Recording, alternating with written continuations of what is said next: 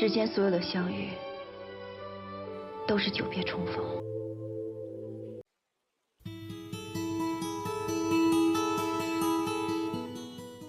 清风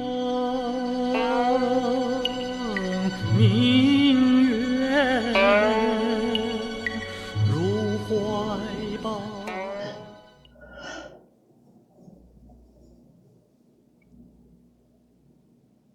GPT 5.4 released, right?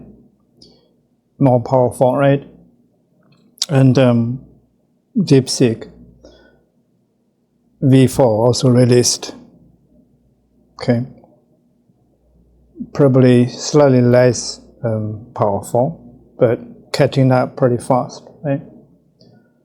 On the other side, like Google, right? We mentioned Anthropic.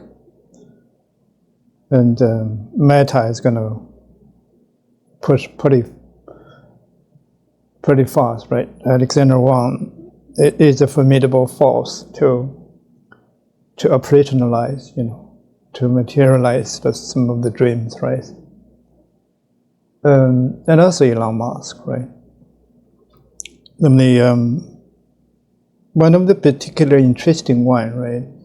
Besides JLM, Minimax, Moonshot, Alibaba, Coin, right? Like mentioned Coin, right? Alibaba, that's a large backup of the company, right? But I anticipate maybe get into some of the kind of trouble. The reason being is large organizations, right? There are a bunch of management kind of live in the past glory, right? Don't realize the force of AI needs a different mindset, right? It's not they intentionally going to block it, but they will, right? Somehow. You really need to open up your mind, right? Give away the power struggle, right? The politics within the, even a small company like Alibaba, not a small company, right? I mean, compared to a country, right? Compared to the nation, even NVIDIA or Google are small companies, right?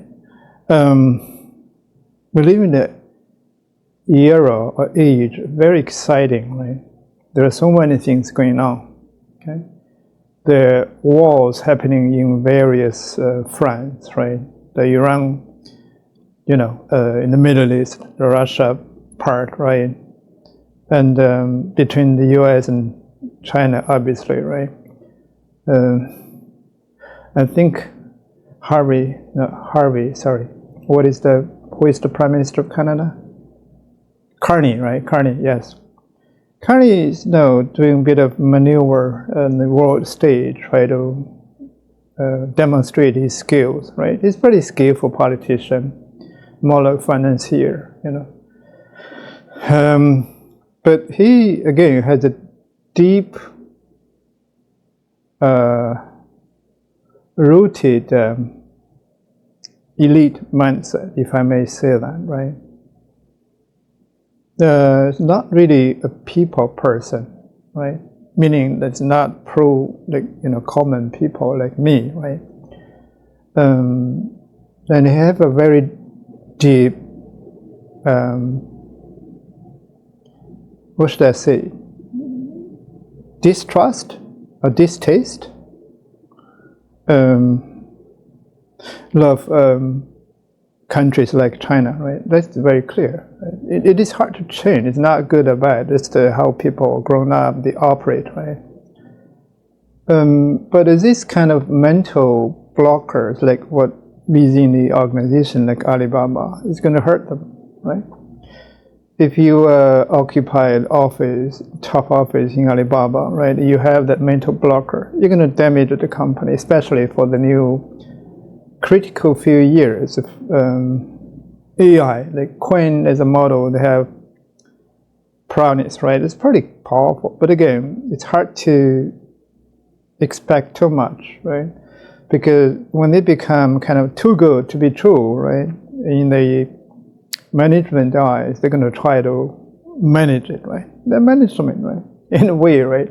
Same thing with Carney, right? It is try to play his tricks, right? But when some point he thinks it is out of his kind of mind, meaning not his mind in a way, but out of his comfort zone. Like he believed in one thing, but for example, dealing with China, right? He cannot take it. That's very sure. That people, it's very hard for them to go beyond their limit. So that is the one thing we all need to work on, especially working with AI, right? AI is something that we never seen before, really, right? You may think it is not a technology. It is not, right? Like Jeffrey Hinton, I think a few weeks ago, saying that is AI is already in a stage where it pretends to be not so smart, right? Not too sure what it means, but again, I personally don't believe AI is actually a form of intelligence, right?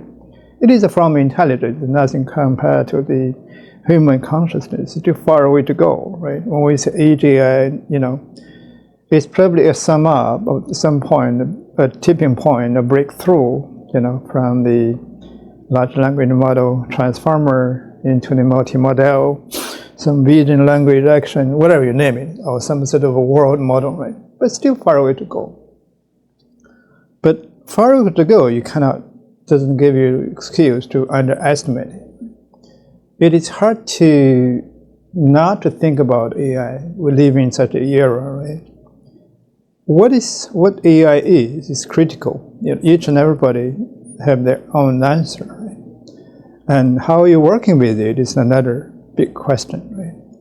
Now, personally, you can do whatever you like, but as a big business, like manufacturers, right? How are they going to embrace AI on the assembly lines, on the factory floor, right?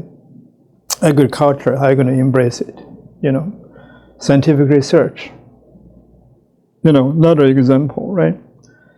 And even day to day, you know, how do we interact with the emails? You know, how do we interact with the meetings, right? Kind of, you know, it's interesting, right? It's changing, right? Without you notice, like me, I don't really watch a lot of TV or YouTube anymore, right? Just use AI to watch it for me.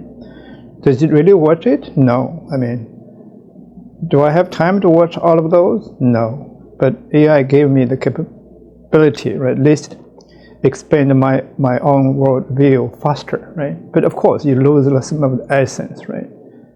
But expenses, right? Trade-offs, right? But some of the good programs, I will still need to watch it, right? Maybe watch it more than once, right? That's what I mean. You put into, you know, whatever you believe in, it's fine. But when you occupy the top office of a company or a country, you really have to put your personal, you know, that personal side away, right? You have to expand your mindset, right? But unfortunately, that's not quite the case for most of the senior management of big companies, like big banks, right? And the head of the government, right? They all operate in a way that the personal, a lot of preferences, taste, right? World views and value system, they'll bring into it, right? It's unfortunate, but it's also defining, right? That's why I keep saying that a company, it is probably really defined by 2 or 3 or maximum 5 people on the top, right? Like what Elon Musk is. You take over the Twitter, right? And then convert it to X AI, you know, X, right? That's a defining moment, right? He ran it entirely differently to his personal style, personal belief, right? Same thing with IBM, right? The senior management ran the company down so much, right? You know, for the past 20 years. They succeeded to really destroy the company, right? Almost. Maybe still a little bit remaining, but they're still doing their best to destroy it more, right? Like you took Adobe, right? I try to use it, the PDF, the professional version, to manage a few files, split it or whatever. It's so unusable. It's crucially painful to use it, right? I mean, it used to be the best tool, but what happened is leadership, right? It really defines the business, defines the product, right? Because people behind everything, people's mind behind the people, right? It is a little bit of intangible or really hard to put your finger on people's mindset, their value system, their beliefs, right? The way they operate themselves, right? It defines everything, right? That is the part of the chamber of AI try to get in, right? Is AI inside of our head? Does it have a head? Does it have a brain? I mean, does it have a heart? Well, make it no secret, right? Two of my product lines is macro heart versus macro brain. What it means is that they're two different things, right? The brain may be very intelligent, but the heart determines how the brain will function for what purpose, right? The value, right? The value system is there. That's why we say heart and soul, right? Soul may not be an ubiquitous concept, but heart is, right? But not the physical heart you and we have, but the heart in terms of, as Buddhism says, heart, it's a different thing, right? And that is actually where our, beliefs, value system, the person, right? Macro minus another product. This is where the seventh layer, that's yourself, lives there, right? And it doesn't really have to have a brain. It doesn't really, right? But it's heart, right? It's part of your soul, if you will, or the framework, or the essence of your soul, right? If you think about it, this is how I define my business, my products, right? Because the major business is in the robotics, sovereign robotics. Without this, there's no sovereignty, right? It's like the personhood of our person, right? The humanity of the human, right? So now come back to the large business, right? It doesn't really matter. Nobody really cares so much what you think as a person. But if you're running a business, that thing's emulating, right? It becomes part of your culture, right? How you operate. But what is your image in the market, right? That's what defines it, right? Which is why, embracing AI, we call it enterprise agentic AI, or whatever you call it, right? That's going to redefine each and every business, as it will, what we call the ontology part. But at the personal level, it's going to redefine each of us, right? At the nation level, it's going to see some nation, the world is really running out, right? Drying up, right? Because AI is false, right? Let's say that it's once entwined with the industry, right? It will be quite stunning, right? To say that, right? It is not really, how you like it to be. It all has its own life cycle. It has its own style, right? Each and every company's AI, like every country's AI, is going to be different, right? Like the American AI is more closed AI, right? I think they're powerful, but the way they do AI, in my opinion, right, is not very sustainable. If you follow our 6-layer architecture, right? On the bottom is, elements and energy, right? And obviously, bottom up, the second layer is going to be infrastructure and information, right? And up one layer, third is chips and computing, right? Chips and computing is where the U.S. occupy. Is number one, right? It's way over China, still pretty much, the edge. But again, on top of that was the model, right? like OpenAI, we mentioned so many, Google, Anthropic, XAI, Meta, there are many others, right? But the up 3 or 5 good big models, they still have an edge over like DeepSeek, JLM, Alibaba, Quinn, Minimax, Moonshot, you name it. It's fail, right? It's still leading, right?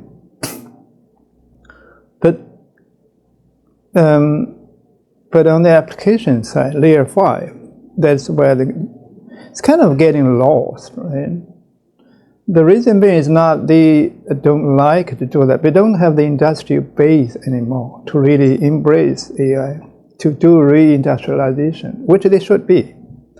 That is a true part of AI, give them an opportunity to reindustrialize. New industrialization should occur, right? The workforce defined or powered by AI agent, robotics. But again, they need to embrace a slightly different mindset, other than the elite kind of mindset. Like Carney, obviously, if you observe for 3 minutes, I don't pay much attention, but you listen to his talking, observe his eyes, you see immediately, that's what he is, right? He's been trained like that, right? It's hard. He's a brilliant financier, very polished. But again, his mindset is pretty easy to calculate, okay? You don't need to even spend too much time, but he will do what he needs to do, right? So the top tier is what I mean. It's my place, a plan for a long game, maybe 3, 5, 10, 20 years. So that's where it's going to become. I think, that's the sovereign robotics layer, or physical AI, if you will, right? But layer 5 and layer 6 is where China's strength, right? Layer 4, like model, they're still okay, catching up. But they are diffusing that, distributing that into industries, truly democratized across the world. But what you can see, or what you anticipate very soon, even this year, right? The US will ban all Chinese models, right? AI models, no matter it's Quinn or DeepSeek, they're going to find a very good excuse. But essentially, it's a mindset, right? It's at play, okay? They really want to be good, to have control, to dominate, but they do it in the entirely wrong way, right? They lock it up.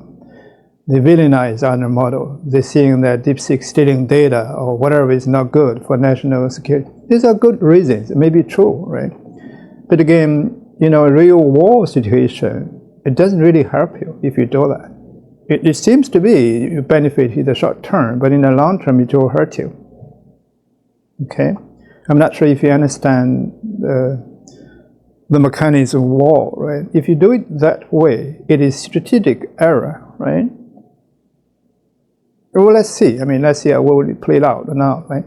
But on the other side, they'll block China from using the US model, right? Which they already done. Okay, those are, I would say, not a very strategic move, but they will do it inevitably, because if they don't do it, although they know probably not very good, but they find good excuses, and that heart really determine that you will do it. They don't feel good if they don't do it.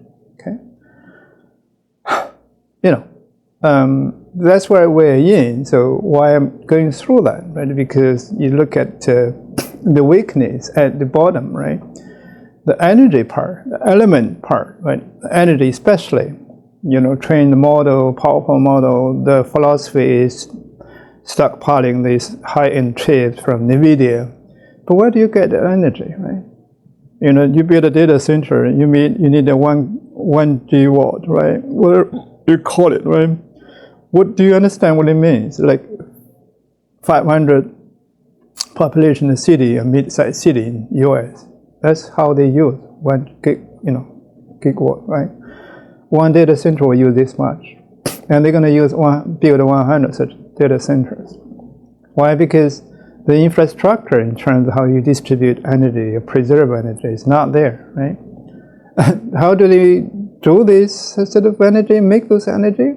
Well, you go to Ford, you go to the fuel engine, right? Gasoline, right? Do you know why they ran up the orders, right? To 2030, it still kind of line up. Today you place order, 2030 you get your engine.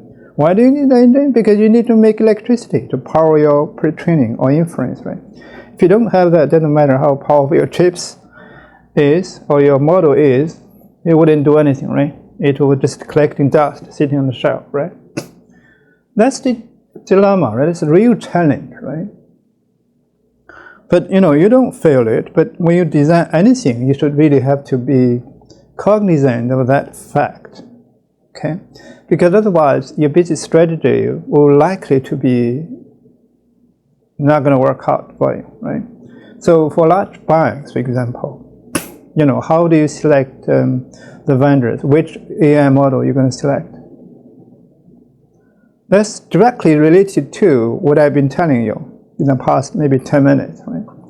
And if you don't understand these dynamics, there's no way for you to take the right step, okay? That is why I keep proposing that you have to think about the kind of, switching board, how you select the models for what purpose. And ideally, you should build up your enterprise domain specific models, a set of them, right? Then no matter how you do it, okay, it's best to partner with me, for example, to do it for you, right? Unless you heard the poetic, one of the ways. What they're doing is really simple, right? You take the whatever model like OpenAI or Anthropic or XAI, they just have the autonomous prompting engineering, right, using the Agentic framework or automation to really, not fine-tune it, maybe fine-tune it, but essentially produce a model very specific to your domain need. You don't really need top notch of everything, but you just need what you need. Okay? Sounds like, ridiculous, but you just need what you need. You don't need the top of everything. If you just do a little bit automation of your risk manager, how they work, or scan a document, you don't need the top notch things, right? Instead of paying like 1 million token, $15, something like that, you may just need 50 cents, a model that works, 50 cents, right? That's what you should be really doing, right? You can switch gears. Like, for example, if you need a large, powerful model for do very complex, fraud detection, very efficient, you can switch to OpenAI model, right? Through AI API, right? But if you do a simple like automation, cleaning the data, use DeepSeek, right? Unless it is sanctioned, which will be, right? Or build your own, right? Open source model, there are many. About, how many tens or hundreds of thousands of smaller models, right? Building up a large LLM is no longer a secret. It's just engineering work. And there are ways to save money, right? Which is why I encourage you to build up that's part of your strategic asset, right? You have to, if you want to sustain your business, and you have to really demonstrate the return on investment, because otherwise the cost will go through the roof for good reasons, because they are running out of energy at any moment. They have the top-notch model, will spend billions to train, right? On the other side, the DeepSeek or DLM or Queen, they're running on, the Huawei software, right? Chips, right? It's slightly, maybe even more powerful. They're just, how many? Maybe 1%, 2%, 10%, maximum, right? Of the cost that OpenAI, Anthropic will charge you, right? They're probably doing even better job, right? But again, there are going to be a lot of political reasons, sanctions. You have to be aware. Those are the risks you have to manage, which is why people keep pushing Mistral, right? Well, again, it is they politicize it, right? In the long run, it's not going to benefit them. That's the problem there, right?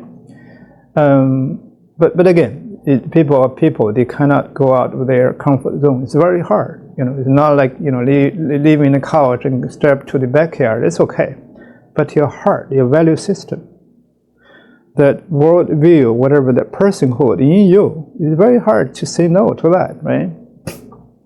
It's a very violation of the person yourself, right? But when you run a big business, that is the problem, right? It is kind of hard, right? You know, do you want to be you, or do you want not to be you? Like, you know, you can go forever on that, right? It's become philosophical and emotional. But it's not. It is business. It's money, right? And if you don't demonstrate the return on investment, you may lose your job because you really hurt the business, right? And if you put it in a nation scale, there are hundreds of businesses. You know, there are millions of people employed by those businesses. You're impacting not only the business growth, right, the balance sheet, but also everybody else. Every person in your care in the country, right, whatever you employ or impact a customer, they're all paying for your mistakes, for your ego, if you will, right? Well, finance, in fact, money is really part of your consciousness, if you will, part of your psyche, right? That's what money is. It's not just a currency. It is part of you. How you perceive money directly influence how you're going to make money, right? How you're going to spend money, how you run the business, build the business, right? How do you define your technology, right? You know, those are the things seems irrelevant, but very relevant, really to the heart of whatever you select a model. The next is going to be, right, you know, we're going to look at today, continue from the conversation. On the ground, what are the problems, right? For example, you're given the 500K, right? Sorry, 50 million, for example, budget for this year for AI. So how do you demonstrate return on investment? There are a number of decisions, right? First of all, you have to justify why you use how much of the 50 million for what, right? Like, you know,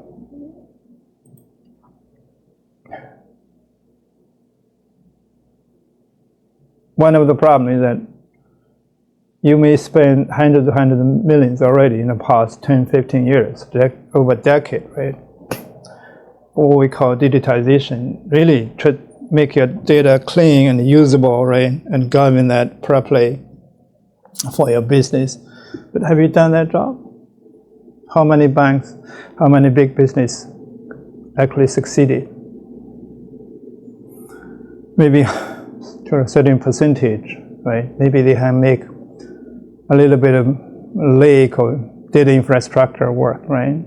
The second, you know, on top of those, right, they have so much invested in initially, if you remember, you know, machine learning, right? You know, machine learning, right? It used to be popular, you know, credit risk, you know, pricing engine recommendation, entity, right? Whatever, you know, a lot of data science project, right? How successful they are? In the age of AI, the question is, you know, two questions. Should you use AI to replace the machine learning?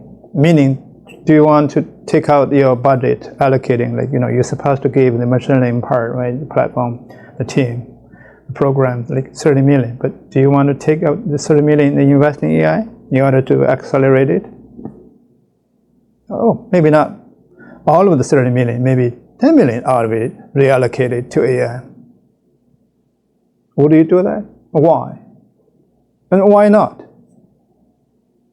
You cannot be going, you have to face in the board of directors, right? You have to face your, whatever your subordinates, right? You want to do AI and do machine learning. Do you understand it? The dynamics there? Because not just the machine learning model, there are a lot of expenses, capex, you know, opex there, right? The data centers, the teams, right? The maintenance. Do you want to do new development? Same thing with data. Data swarms everywhere, right? It's still a problem, I believe. You can check yourself. For your large business, it doesn't matter, your bank or hospital or whatever manufacturer chain, supply chain, right? how quality, how much you have managed your data part. So as you know, garbage in, garbage out. No pristine level of quality of data, no AI. It's pretty simple, right? It's like a poison pill. If you give AI the wrong data and quality, not up to the quality of the data, what recommendation, what will the AI give you? Very dangerous, right? It's way more than the hallucination that's going to damage you, right? But what are you going to do? It's like a snake biting his own tail. Are you going to do the data first, then AI? Or you're going to say, hey, probably I'm using AI to fix my data and then to fit into my AI. Okay? That's what I mean, the snake biting its own tail, right? Is that a problem? How do you really, in your value system, how do you balance them? How do you untangle this dynamics, right? How do you make a decision? Just allocating a budget, right? Build a team, build a capacity. What is your priority? How do you put on the chart and put on the report to face your board of directors if you are the CEO or CIO, right? And let alone which vendor. We talked about it a little bit, right? How do you build up those and that? What is the architecture? What is the technology stack? We're going to talk about it. But first of all, how do you make sure that return on investment is justified whatever decision you make, right? The fundamental budgeting problems, top-level strategic decision has to be clear. Are you clear on that? If you are, you can stop and just skip. If not, I think we should talk, right? I'll give you a little the very superficial overview, but again, I need to know what you're doing, right, where you are, a lot of information in order to give you credible, to the point recommendations, right? It's not like I know your business better, you know it best, but just to give you a second opinion, if you will, right? It may benefit you. Benefit you to what? Get a good ROI in a year or 18 months, and I'll keep your job. I'll get your promotion, maybe, right? Because you're doing good for the business. You deserve that. Right? But if you damage the business, you may ask to go, right? And it's fair game, right? But in order to do a good job, if you don't have the first step, the top, the ceiling, strategic decisions, a vision, right? You don't even get a handle of that. There's no way for you to do a good job, right? You're risking your life. Your professional life, right? That is the merit of this kind of free sharing kind of conversation. I'm not talking about tools and the breaking news and who did what and revolutionized whatever. Just down to earth, to your job, right? The decision you need to make, the challenge you're facing, right? That is kind of stuff we need to review first, right? Really, we put it in a trilogy, right? Machine learning body, right? Should you cancel that and found the AI Agentic kind of capacity building? Well, the second, data engineering crisis.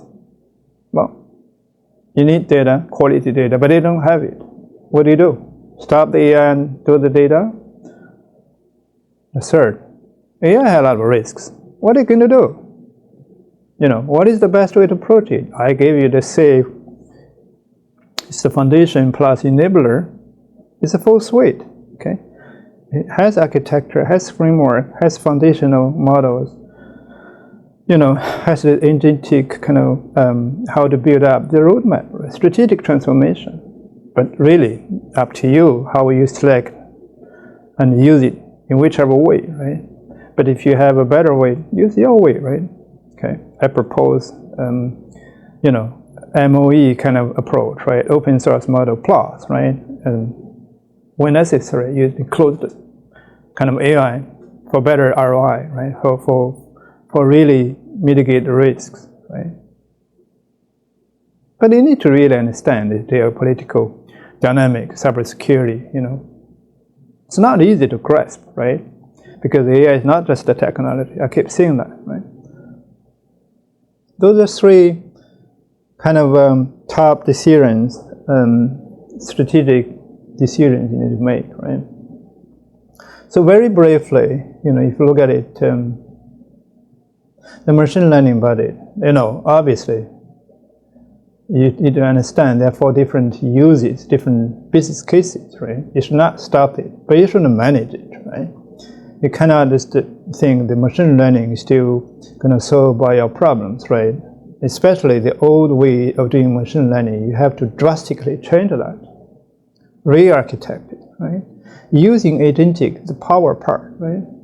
You're going to gain at least 50% of efficiency there. That's ROI, right? Don't cut it, but do it in an AI way, right? So agent at the brain, machine learning are more of the muscle, arms, your limbs, right? On the data side, data engineering is still very top priority, right? But again, you need to use AI to do data, right? It's a fantastic tool, actually, to solve your data engineering crisis, right? But you have to know how, right? You have to understand it. It's not like you plug in AI and large language model going to do your data. No, it's not the way. Okay, you have to understand the trade, right? What is data engineering, right? It's not about writing a PPT, give you a little utility or some tool magically solve it. No, data is a business asset, right? Take it from the business view, right? Then engineering. Use AI to do the engineering. That's all it is, right? It's the fastest tool to fix broken data pipelines, right? It gives you the tools, it gives you the power, but you have to use it, It's a double-edged sword, because otherwise it's going to damage you, right? And then, obviously, the AI side of the capacity building. Okay, how do you select vendors? What framework do you embrace? What foundations? Right? What are enablers, right? What is the roadmap? What are a lot of questions, which we've been talking for a couple hours already in some other presentation, right? They're all very valuable. Okay, not many people are able to tell you that, right? Now, the bottom line, right? Looking at the 3 things. In reality, you need to do 3, right? But you have a priority, right? The AI is more of a new approach, if you will. You have to execute on, right? You need to preserve the ML, but you shift focus to encapsulate existing ML capacity models via API. API is another fundamental. As you know, how do you call OpenAI? Through API, right? Unless you want to spend $1 billion to deploy them in-house, right? Which again, when they release it, what do? Retrain it? Re-fine-tune it? Or what? That's a question. Or RAG? How do you do RAG? Do you know? Those are fundamental problems. It's not like a software system. SAP, Oracle, or IBM selling the ERP system of financial planning. You use it forever, right? Just later upgrade the few. AI is not. In a month, you may have a lot of bias and drifts. Have to fine-tune it. How do you do it?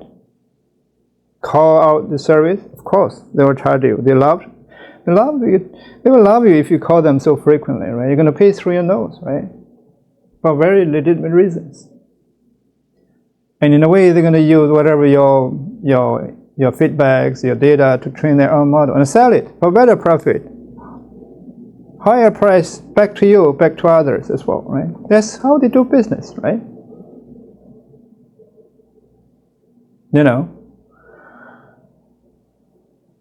And then the data side, right?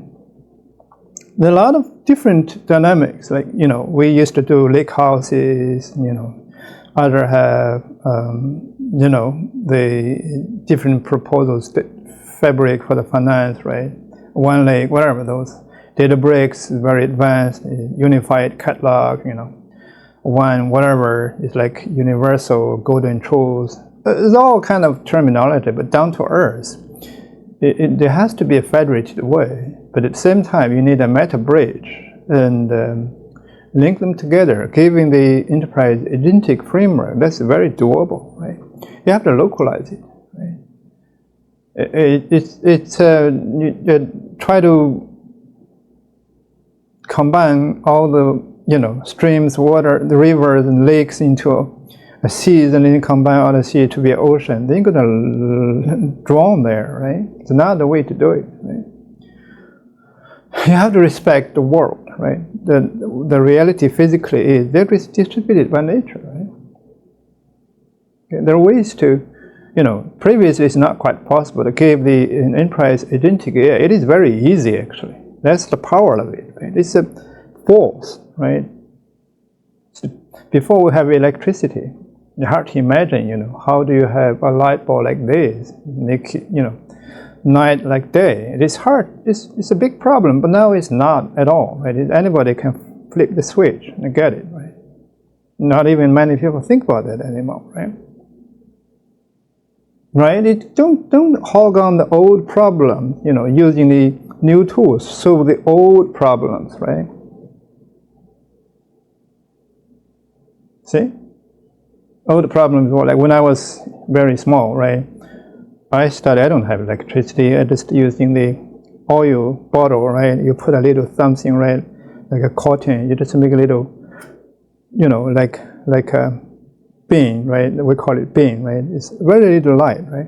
You smell all those kind of smokes, right? You have to clean your nose. But now, when I flip on the light bulb, do I have to have the old, very good, very cute, very smart ways to clean my nose because the smoke coming to my nose? No, it's gone, right? That used to be the major issue. But it doesn't exist anymore. Same thing. In the era or age of AI, the new business has to be thinking the AI way, right? The old world problem may not even exist. Don't spend all your energy trying to solve the problem, but attain your business goal. Okay? What do you want to do? It is no longer doing it, how many people you throw in, It is what do you want to do? Which path you want to go? That is the deterministic power.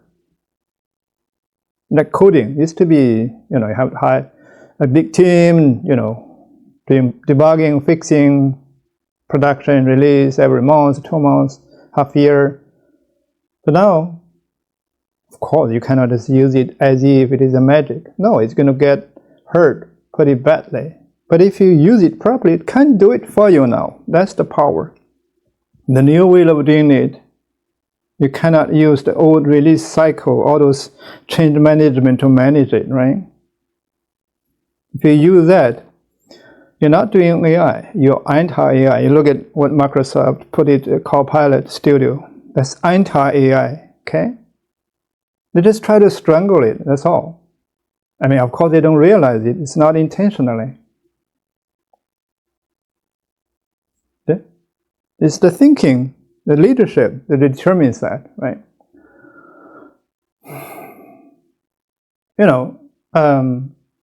The third, obviously, right? You have to do it right, human in the loop or on the loop, doesn't matter, right? Those are just cliches, right? There are many ways of doing the same thing, right?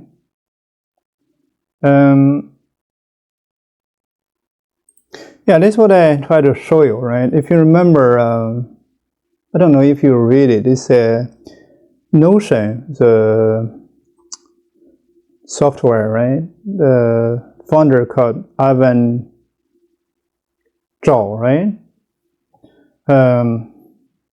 Wrote a blog post, I think, some months ago, right? Talking about what AI. Let's go through that very quickly, right? It is public. It's not really. But the title is Steam, Still, and Infinite Minds, right? So every era, it's Ivan Zhao, right? Every era is shaped by its miracle material, still forged the Gilded Age, right? Semiconductor switched on the digital age, right? Now, AI has arrived, has infinite mind, right? If history teaches us anything, those who master the material define the era, right? Right? The teenage Andrew Carnegie, right, and his younger brother, right? The steel factory, in the 1980s, right? Andrew ran through Pittsburgh's streets, the telegraph boy. 6 in 10 Americans were farmers. Within 2 generations, he and his peers fought the modern world. Horses gave way to railroads, right? Candlelight to electricity, iron to steel, right? Since then, the work shifted from factories to coffees, right? Today, I run a software company in San Francisco building tools for millions of knowledge workers in an industrial town. Everyone is talking about AGI, right? But most of the 2 billion desk workers have yet to feel it, right? And I don't use Notion, by the way, but I like the way he look at the AI, right? That's what I learned. That's what I want to share with you, right? What will knowledge work look like? So, right? It's actually happening, right? Every week, every month, if you don't change yourself, you don't feel the change, you're not in the game. What is ROI? I don't know, okay? Probably not everything can be measured by that, right? But you can feel it, okay? Since then, work shifted from factories to offices. Today, I run a software company, meaning he, right? Obviously, I run in the business in Canada. I don't want to go there. Building tools for millions of knowledge workers in the industrial town. Everyone is talking about AGI, but most of the 2 billion desk workers have yet to feel it. Do you feel it? Well, what will knowledge work look like? So, what happens when the org chart absorbs the man's never sleep, meaning the agentic part, right? So, early movies often look at the stage plays or one camera focused on the stage. That's it, right? Today, the future is often difficult to predict because it always disguises itself as the past, right? And early phone calls were concise like telegrams, right? Early movies look like a filmed play, right? Because the people's mind is still in the past, right? Same thing, AI. People's mind is still in the data engineering, machine learning age, at most, okay? So, like IBM still locked in the mainframe part, right? They're doing like the water science so badly, right? Why? Because their mind is locked in there. It doesn't matter the top scientist. That's only their brain, but their heart is locked in very black box chamber, right? Nobody knows, but they do. They don't even articulate it well, but they feel it, right? This is what Marshall McLuhan called driving to the future via the rear view mirror. It's like you drive in a car. You don't look at the front, right? You look at the rear mirror. I used to do it once, really, when I was really young, just learn drive, right? I don't know, like in a foggy day, I don't know you can actually brush off the whatever the steam off your shield. I don't know that. I kept using my hand to, brush my side mirror, and I use that to drive. Drive long distance on highway, actually. I'm very skillful. My brain was, said, my God, this driving is so, you need a lot of attention, right? Because I don't know how people drive. Oh my God, I have to really use my mind. I have a brilliant mind, I have to say that. I can drive. You just look at the rear mirror and the top of that, right? That's how I drive. Same thing here. Many people doing AI exactly like that. You drive into the future via the rear view window. That's what I did. And I did it. Okay? So today, that's what we're doing. Google, look at the chat box. ChatGPT, where it's from? Google, right? Unfortunately, the most popular form of AI today looks like Google search in the past, right? Everybody's mind is locked in Google, but Google is so successful, right? We're always driving to the future via the rear view mirror, a window, right? Today, we see this as AI chatbot, which mimic Google search boxes. We're now deep in an uncomfortable transition phase, right? Which happens with every new technology. Now we know today the AI is for action. It's not for chatting, right? It's for industrialization, right?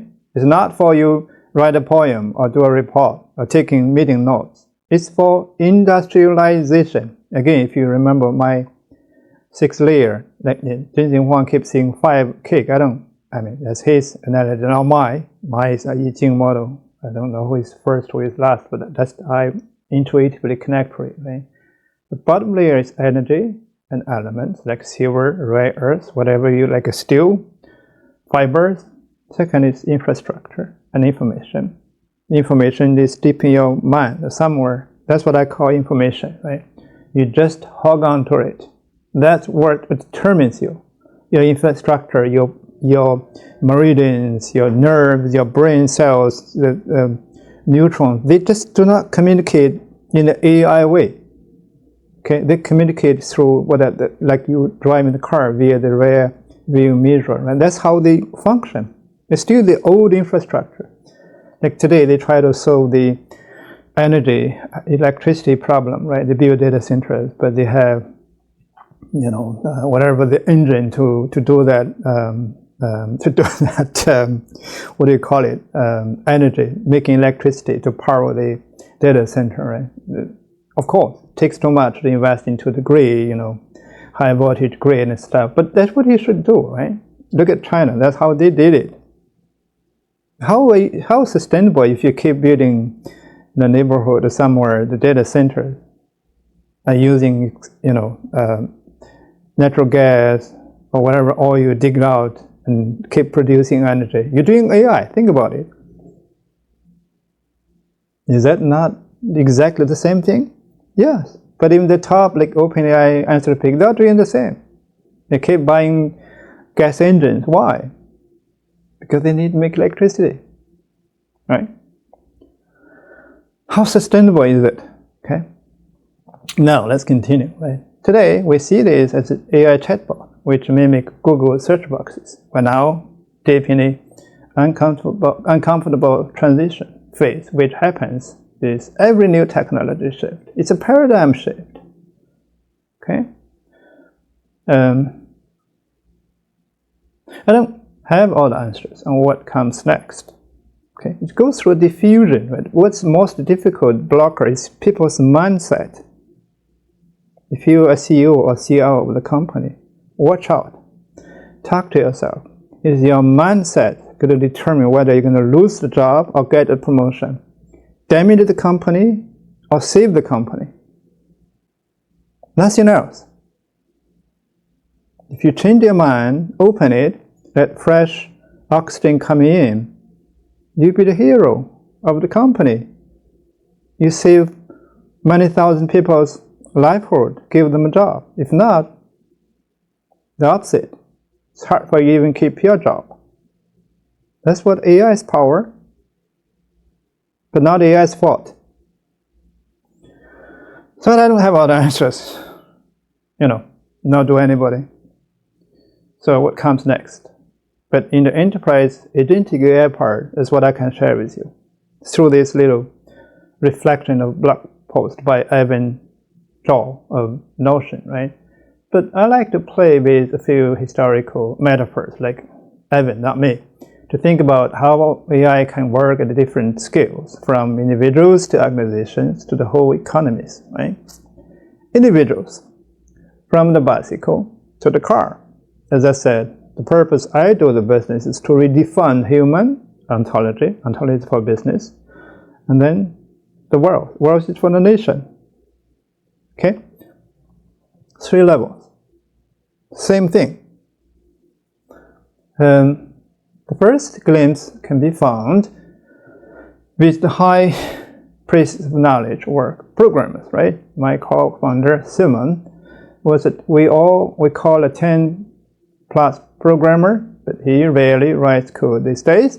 Walk by his desk and you see him orchestrating 3 or 4 AI coding agents.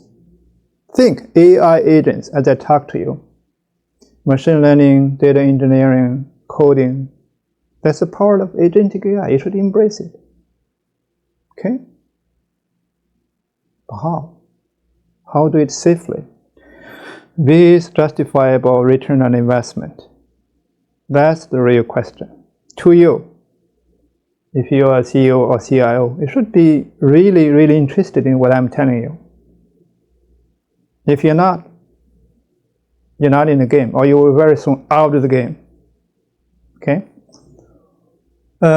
Walk by his desk and you see him orchestrating 3 or 4 AI coding agents at once. Then they don't just have faster. They think they together makes him 30, 40 engineers. My goal is very simple, like about a year ago. My goal is using AI to be as productive, as powerful as 10,000 times as I was a year ago. At least for now, I'm 3 times or 4 times. Okay? I still have a lot to catch up from 3, 4 to 10,000, right? It is very doable. It's not even ambitious. Many people will be even more productive, right? He requests tasks before lunch bed, letting them work while he's away. He's become a manager of infinite minds. Infinite minds. Workforce. For the knowledge work, that's workforce. Put it simply. Scientific America, 1973. What is this? See? Look at it. Right? In 1973, the Scientific America study locomotion, right? Efficiency inspired Steve Jobs' famous bicycle of the mind metaphor, except we've been pedaling on the information superhighway for decades. Yeah, Steve Jobs, I think you know, right? Apple founder, right? Bicycle for the mind, right? Metaphor. Except we've been pedaling on the information superhighway, right? For decades. We're pedaling the bicycle on the superhighway, right? Okay. In the 1980s, Steve Jobs called personal computer bicycle for the mind. A decade later, we paved the information superhighway, that is the internet. But today, most of the knowledge work is still human powered. It's like we've been pedaling the bicycle on the autobahn, right? The superhighway. With AI agent. And someone like Simon has graduated from riding a bicycle to driving a car. Now you need driving the rocket, right? When will other type of knowledge workers get cars? 2 problems must be solved. Switch tabs, copy and paste, as knowledge works today, right? Maybe you're doing the same. Comparing is coding agent. Why is it more difficult for AI to help with knowledge workers? Because knowledge work is more fragmented and less verifiable. They're designed for humans, for these bicycle peddlers, not for AI. Okay? They're not designed for the rocket either, right? Think the AI is going to help you to do a better AI? Or writing a better API? Or doing a better spreadsheet? Why? Why AI should do that? Yeah, And first, context fragmentation. For coding, tools and context tend to live in one place. The IDE, the repository, terminal. But general knowledge work is scattered across dozens of tools, right? Imagine an AI agent trying to draft a product brief. It needs to pull from Slack, Teams, wherever. Imagine an AI agent trying to draft a product brief. It needs to pull from Slack threads and strategic doc, last quarter's metrics in a dashboard, and institutional memory live only in someone's head. A little nose scrambled in, put into the upper left pocket, you know, or on pants pocket, right? Today, humans are the glue, switching, we call it swivel chair kind of integration, stitching all that together with copy paste and switching between the browser tabs until next context. This consolidated agents will kind of stuck, right, in the narrow use cases. The second missing ingredient is verifiability. Code has magical property. You can verify it with tests, evals, evaluations, errors. Model makers, markers use this to train AI to get better at coding, reinforcement learning, right? But how do you verify if a project is managed well? How do you verify if a business is managed well? Right? Now, how do you put a price tag or damage, you know, the price?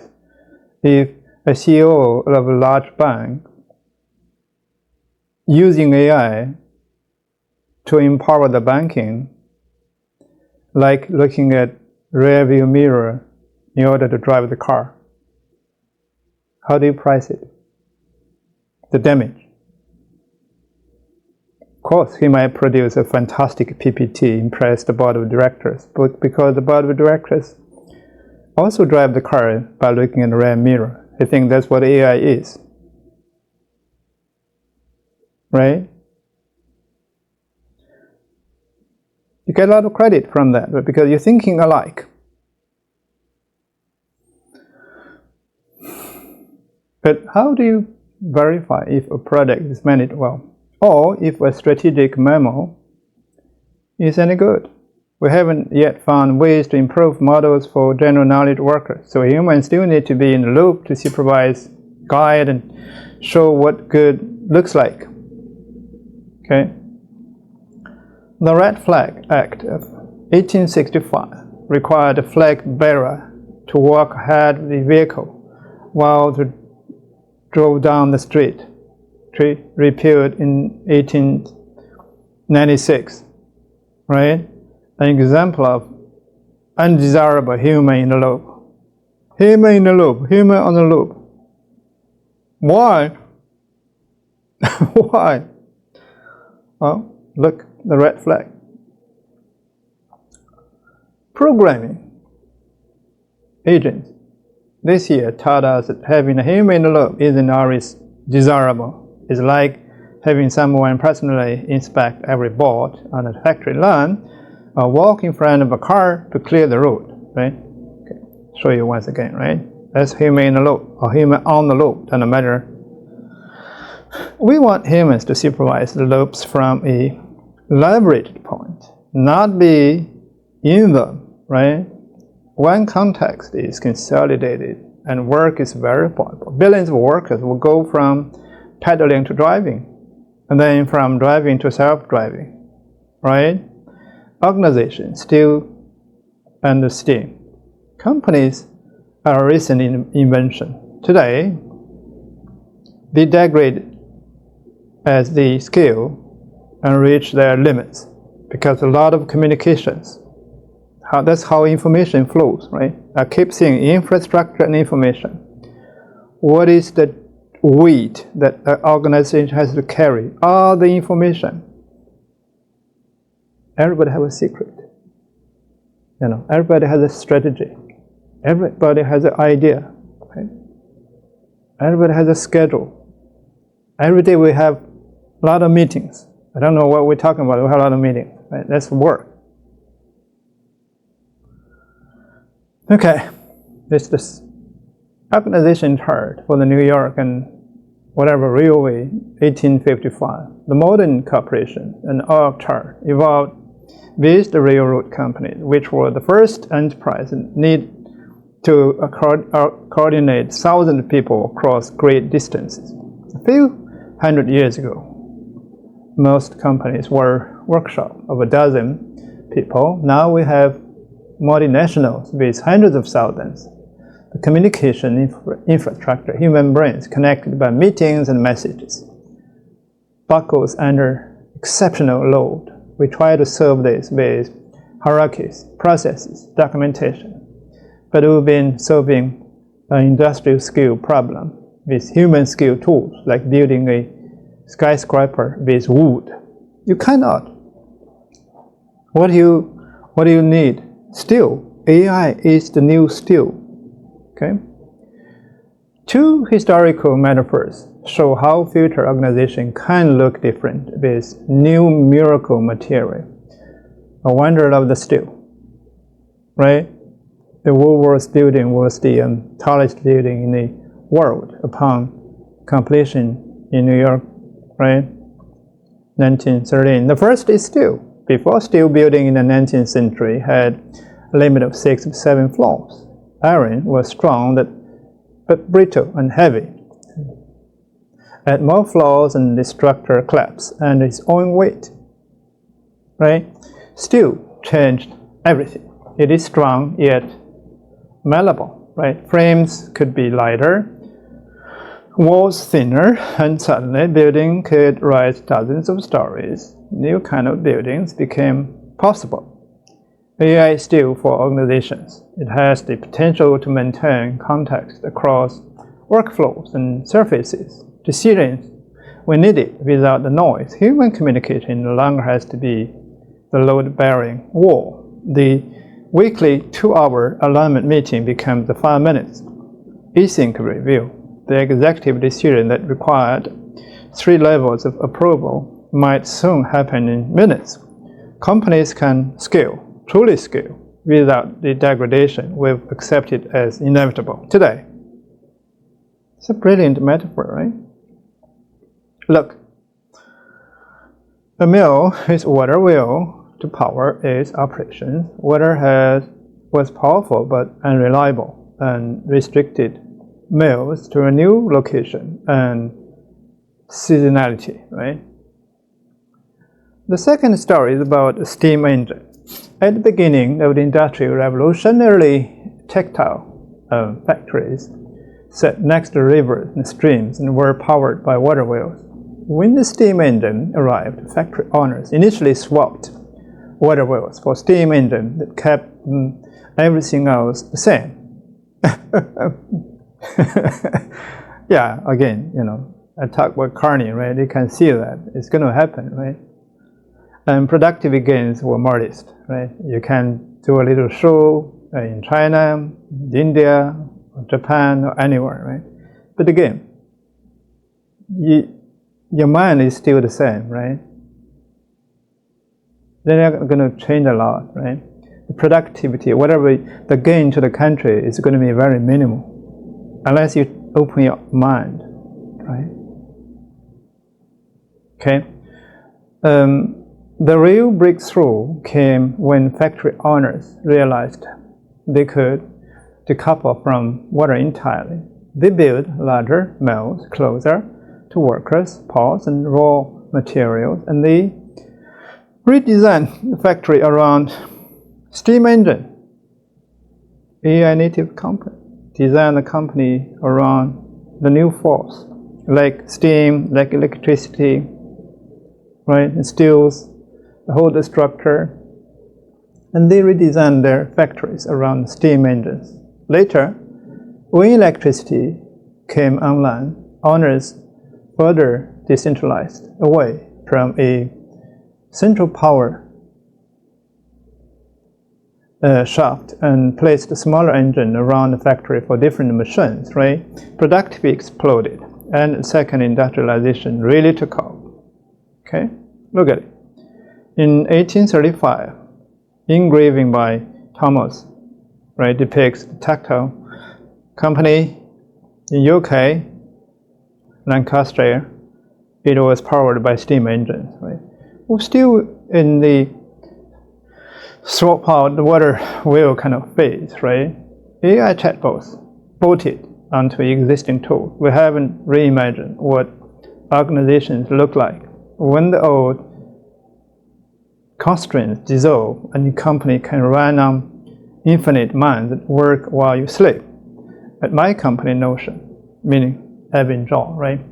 We have been experimenting alongside over 1,000 employees, more than 700 agents now handle repetitive work. They take meetings, notes, and answer questions to synthesize tribal knowledge. They field IT requests and log customer feedback. They help new hires onboard with employee benefits. They write weekly status reports so people don't have to copy-paste. And this is just the baby steps. The real gains are limited only by our imagination and inertia, right? Economies from Florence to mega cities. Steel and steam didn't just change building and factory. They changed the city. Until a few hundred years ago, cities were human scale. You could walk across Florence in 40 minutes. The realm of life was set by how far a person could walk, how light a voice could carry. The steel farmers, the steel frames made skyscrapers possible. Steam engines powered the railway that connected city centers to hinterland. Elevators, subways, highways followed. Cities exploded in scale and proportion and destiny, right? Tokyo, Chongqing, Dallas. If you've been to Chongqing, you know how ginormous it is, right? They aren't just bigger vision of Florence. There are different ways of living. Mega cities are disorienting, anonymous, harder to navigate. That eligibility is the price of scale. But they also offer more opportunity, more freedom, more people doing more things in more combination than a human-skilled Renaissance city could support. I think the knowledge economy is about to undergo the same transformation today. Knowledge worker represents nearly half of the American GDP. Most of it still operates the human skill. Teams of dozens, workflow paced by meetings and email organizations that buckle past a few hundred people will build Florence with stone and wood, right? While AI agents come online at scale. We will be building Tokyo, right? Organizations that span thousands of agents and humans, right? And workflow that run continuously across time zones without waiting for someone to wake up. Decisions synthesized and just the right amount of human in the loop. Okay, it will feel different, faster, right? More leveraged, but more disoriented. At first, the ransom of the weekly meeting, the quarterly planning cycle, the annual review may stop making sense. New ransom, new melody, new music, okay, emerge. We lose some legibility, okay? We gain skill and speed beyond the water wheels. Every miracle material required people to stop seeing the world via the rear view mirror and start imagining a new one. Carnegie looked at the steel and saw city skylines. Okay? Lancaster Mill owners looked at the steam engines and saw factory floors, free from rivers. We're still in the water wheel phase of AI, bolting chatbots onto workflows designed for humans. We need to stop asking AI to be merely our co-pilots. Co-pilots, right? Anti-AI, as I mentioned, right? We need to imagine what knowledge work could look like when human organizations are enforced with steel. When busy work is delegated to minds that never sleep. Steel, steam, infinite minds. The next skyline is there, waiting for us to build it.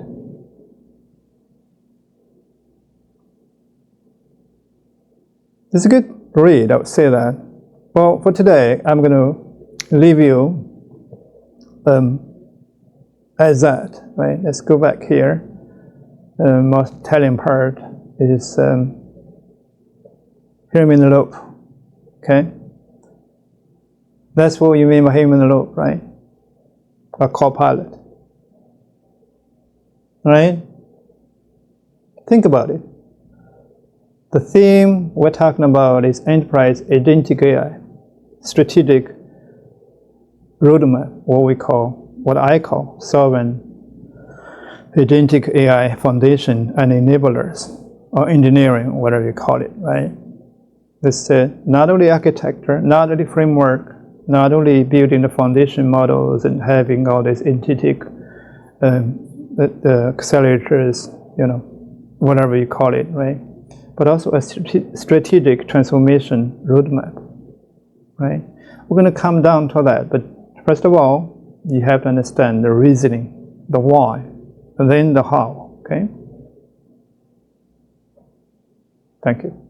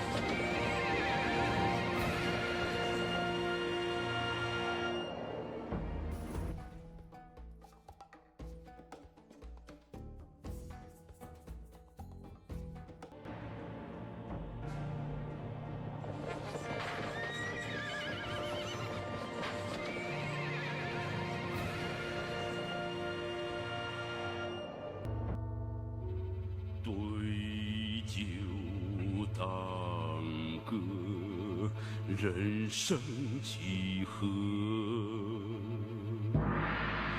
譬如朝露去日苦。